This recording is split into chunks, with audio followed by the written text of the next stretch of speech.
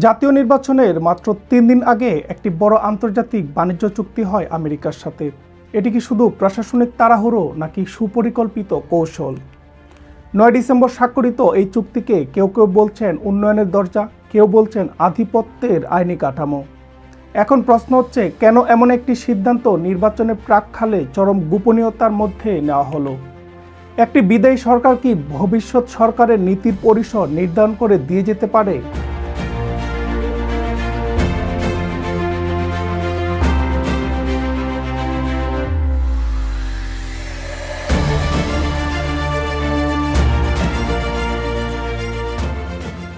চুক্তির অন্যতম বড় অংশ যুক্তরাষ্ট্র থেকে আমদানিকৃত ৪,০০০-এরও বেশি পণ্যের শুল্ক কমানো বা শূন্যে নামিয়ে আনা। তালিকায় আছে কৃষিজাত পণ্য, খাদ্য, প্রক্রিয়াজাত সামগ্রী, ঔষধ, যন্ত্রপাতি, মাংস, দুগ্ধজাত পণ্য, অর্থাৎ দৈনন্দিন বাজারের মূল খাতগুলো। এর মানে কি দাঁড়ায়? বাংলাদেশে কার্যত তার বাজার পুরোপুরি উন্মুক্ত করেছে। যুক্তরাষ্ট্র কি বাধ্যতামূলকভাবে সমান সুবিধা নিচ্ছে, নাকি সেটি শর্ত সাপেক্ষ এবং তাদের নীতিগত সিদ্ধান্তের উপর নির্ভরশীল? যদি প্রতিদান নিশ্চিত না হয়, তবে এটি একতরফা উন্মুক্তকরণ, যার সরাসরি প্রভাব পড়বে রাজস্ব আয় এবং স্থানীয় শিল্পে। ধরা যাক ওষুধ শিল্প। বাংলাদেশে জেনেরিক ওষুধ উৎপাদনে আন্তর্জাতিকভাবে শক্ত অবস্থান তৈরি করেছে। যদি মার্কিন কোম্পানিগুলো শুল্কমুক্ত প্রবেশাধিকার পায় এবং সমান আইনি সুবিধা নিয়ে বাজারে নামে, তবে স্থানীয় কোম্পানিগুলোর জন্য সেটি হবে অসম প্রতিযোগিতা। চুক্তির আলোচিত ৫-এর ১ ধারা অনুযায়ী, যেখানে খনিজ সম্পদ অনুসন্ধান, উত্তোলন এবং পরিবহনে বিদেশি অংশগ্রহণের সমান সুযোগের কথা বলা হয়েছে, সেটি আরও বড় প্রশ্ন হয়ে উঠেছে। রাষ্ট্রায়ত্ত প্রতিষ্ঠান যেমন পেট্রোবাংলা কি বহুজাতিক কর্পোরেশনের পুঁজি ও প্রযুক্তির সাথে টিকতে পারবে? এটি শুধু অর্থনীতির বিষয় নয়, এটি সম্পদ নিয়ন্ত্রণের প্রশ্ন।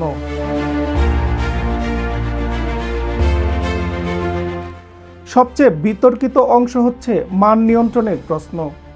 যদি বাণিজ্য বাধা সৃষ্টি করার নামে স্থানীয় মানদণ্ড প্রয়োগ সীমিত হয়ে যায়, তবে খাদ্য নিরাপত্তা, কৃষি ও জনস্বাস্থ্য সরাসরি ঝুঁকির মুখে পড়তে পারে। কৃষি বাংলাদেশের অর্থনৈতিক এবং সামাজিক মেরুদণ্ড।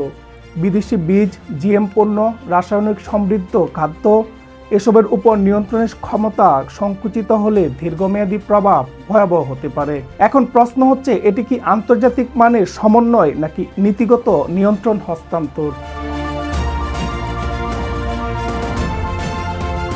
চুক্তিতে যদি এমন শর্ত থাকে যেখানে যুক্তরাষ্ট্রের জাতীয় নিরাপত্তা নীতির সাথে সামঞ্জস্য রাখতে হবে, তবে সেটি সরাসরি পররাষ্ট্রনীতির স্বাধীনতার প্রশ্ন তোলে।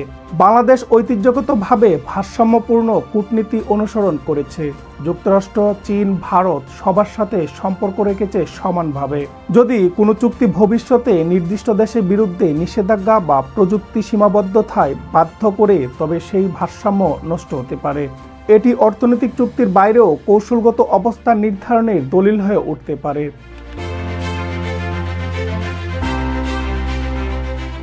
বাংলাদেশের গার্মেন্টস রপ্তানির একটি বড় অংশ যুক্তরাষ্ট্রে যায়, কিন্তু মোট রপ্তানির পুরোটা নয়।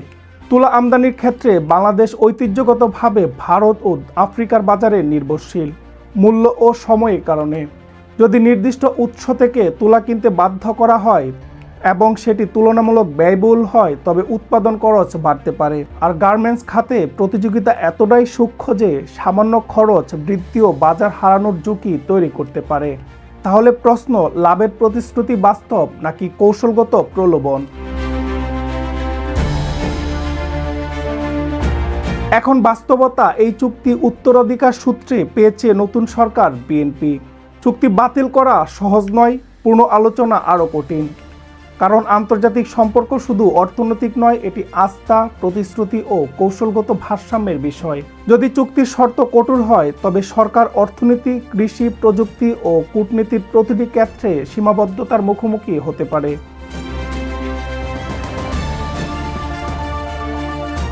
সবচেয়ে বড় প্রশ্ন, এটি কি সত্যি একতরফা আধিপত্যের কাঠামো, নাকি কঠিন বৈশ্বিক বাস্তবতার জন্য একটি সমঝোতা? বিশ্ব বাণিজ্যে শক্তিশালী রাষ্ট্র সবসময় সুবিধাজনক অবস্থানে থাকে, কিন্তু একটি রাষ্ট্রের নেতৃত্বের দক্ষতা নির্ধারণ করে সে চুক্তিকে বোঝা বানাবে নাকি সুযোগ হিসেবে রূপ দেবে। যদি নীতিগত স্বাধীনতা সংকুচিত হয় তবে পুনর্মূল্যায়ন জরুরি, আর যদি কৌশলগত সুবিধা থাকে তবে তা বাস্তবায়নের সক্ষমতা দেখাতে হবে।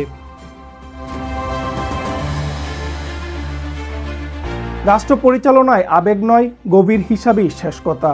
চুক্তি কাগজে গোলামি হয় না, গোলামি হয় তখন যখন একটি রাষ্ট্র নিজের স্বার্থ রক্ষায় সাহস হারায়। বাংলাদেশ এখন এমন এক সন্ধিক্ষণে দাঁড়িয়ে অর্থনীতি, কূটনীতি, শিল্প সবখানে ভারসাম্য রক্ষা করতে না পারলে এই চুক্তি হবে বোঝা, আর সঠিক কৌশলে পরিচালিত হলে এটি হতে পারে বড় সুযোগ। ইতিহাস বলবে শেষ কথা। ফাস্টকের সাথে থাকার জন্য ধন্যবাদ। আল্লাহ হাফেজ।